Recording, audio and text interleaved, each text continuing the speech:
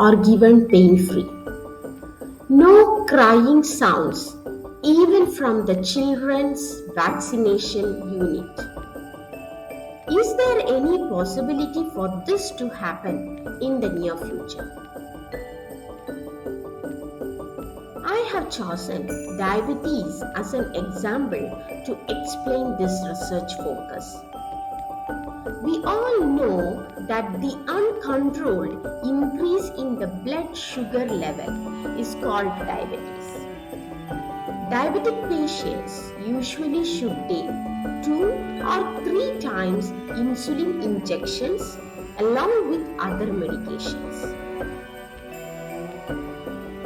Due to the fear for injection needles, as healthcare workers, we always see an increase in patient non-adherence to injection insulin.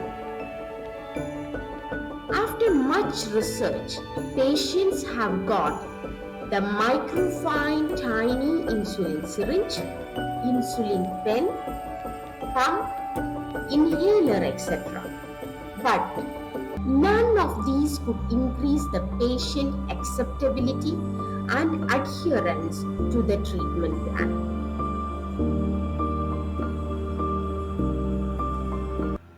In our lab, we are progressing toward preparing tiny microneedles loaded with insulin using natural and biodegradable polymers. This microneedle patch, when pressed onto the outer surface of the skin, will deposit the tiny needles below in the dermal layer of the skin. They get eroded in our body slowly and steadily to release the loaded insulin. The advantages of microneedles are safe to use, no hazardous sharp pricks, and also it is not necessary to inject insulin as frequently as the subcutaneous injection. The disadvantages include skin irritation and swelling at the microneedle applied site. This could be overcome by adjusting the length of the small needles.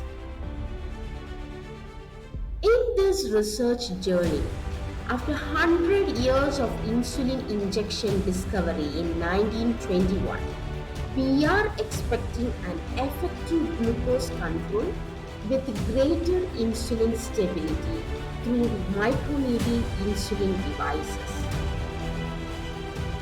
Thank you for listening.